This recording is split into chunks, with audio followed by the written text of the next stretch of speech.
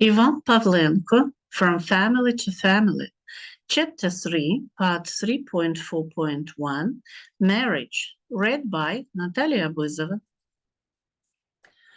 The hot summer of 1946 came with the harvest and threshing of bread, and there were nights, though short, but moon-starry, lyrical.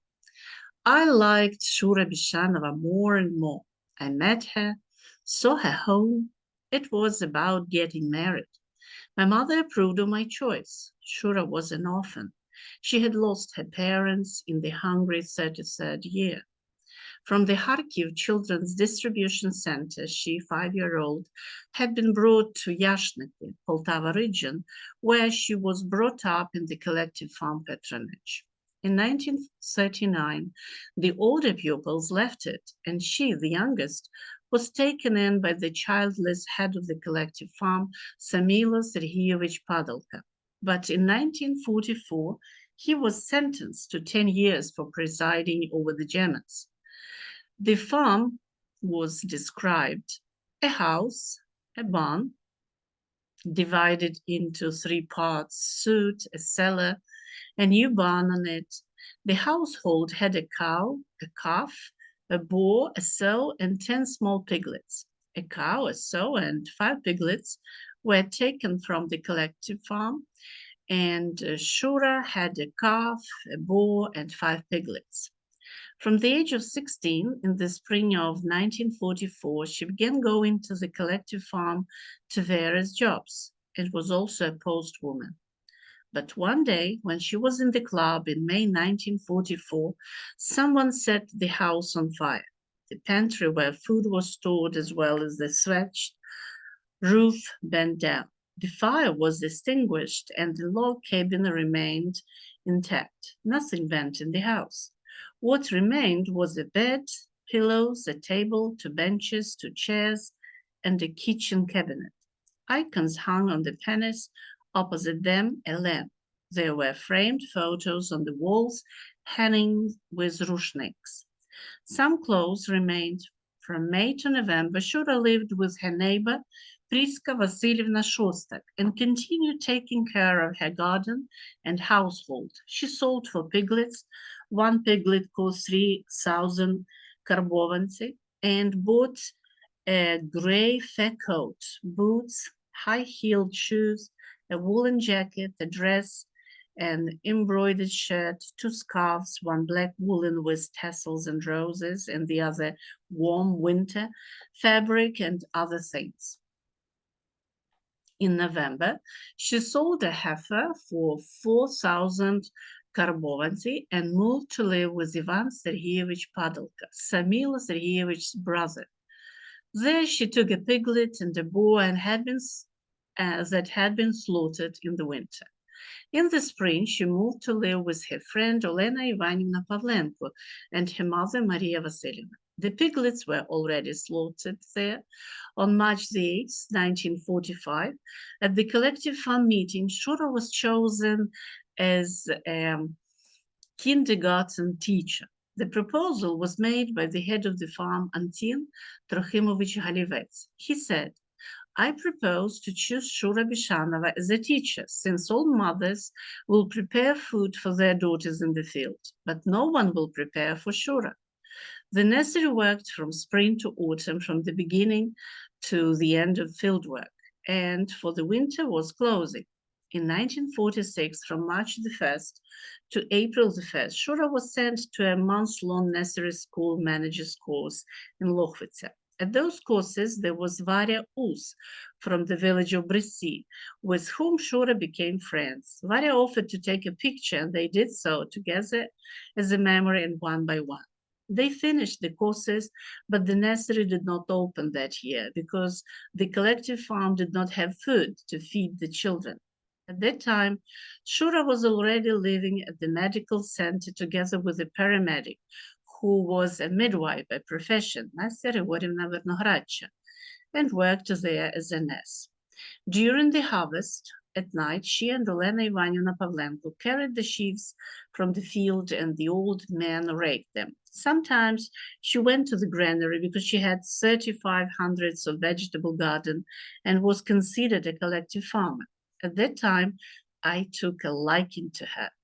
But my uncles and aunts did not sleep. They wanted to marry me away as best as they could, because they were also Vasily and Victor in our family, as well as little Oля. Uncle Alexei and Aunt Paraska were the first to act.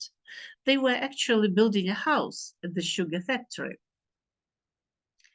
All our relatives gathered at their place for the purpose of painting a new house. They took me with them. The uncle lived with his aunt in the apartment of the cashier of the factory, whose daughter was about to be married. But there were no suitors. The war had broken out. I knew nothing of my uncle and aunt's intentions. Like everyone else, I worked diligently.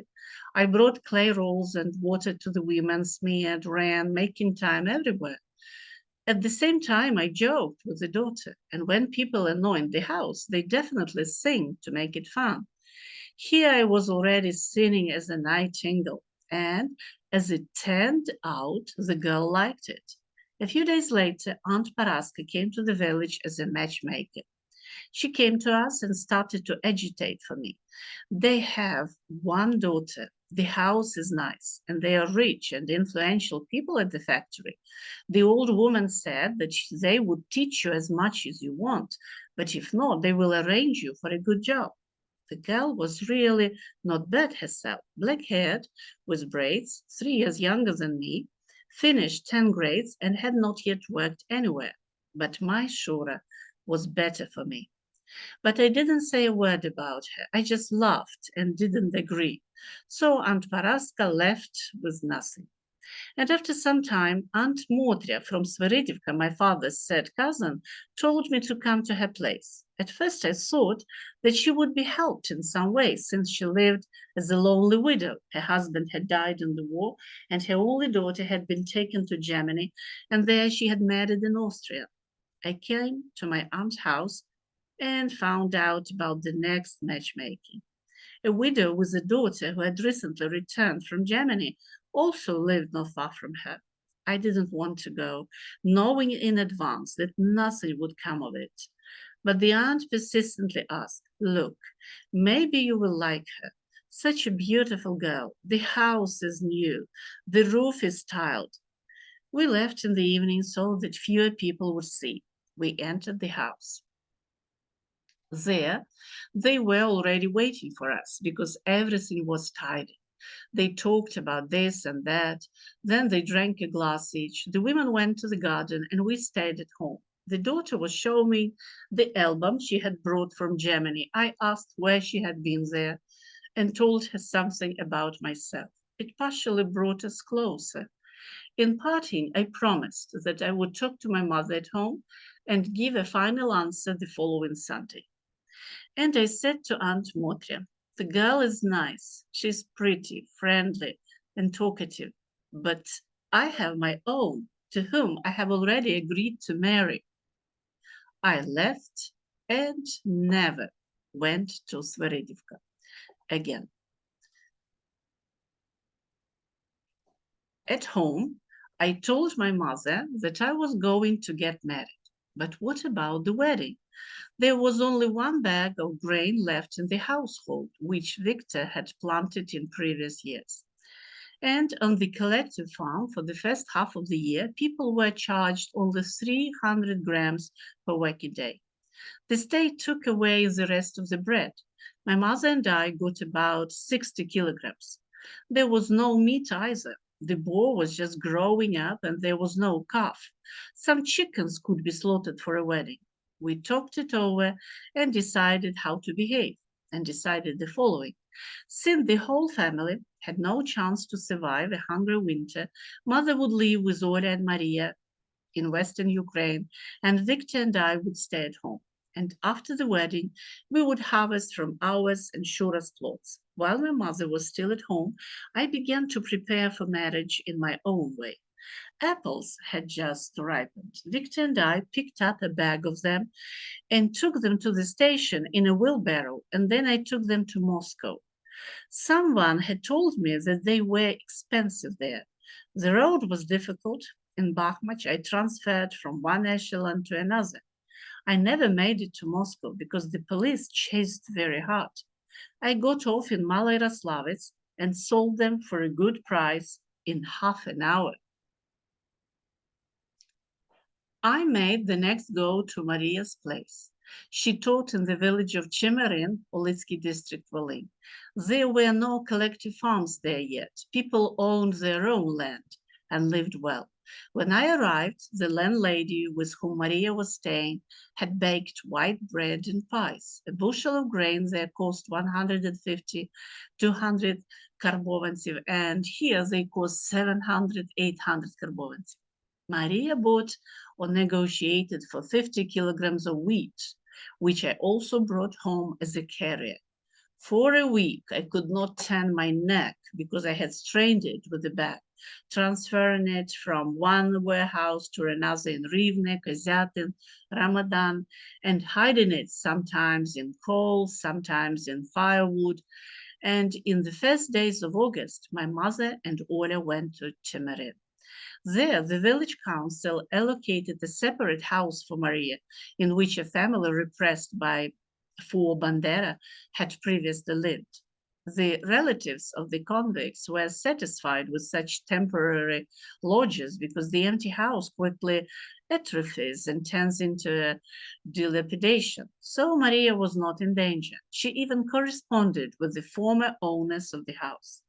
The news that I was going to get married quickly spread through the village. My relatives treated it differently. Uncle Peter was terribly displeased. He, of course, worried about me as the son of the only brother killed at the front, and together with Uncle Alexei considered the factory girl the best option for me. And I was going to take Shura into my family, where there were two more unmarried brothers and an unmarried sister. After making sure that I would not exchange Shura for any wealth, my relatives reconciled. Moreover, Aunt Uliana was indignant that the wedding might not take place. How? My brother died in the war, and we can't marry his son in a human way? No way. And she went to uncles and aunts to arrange a wedding with joint efforts. Then the events developed as follows.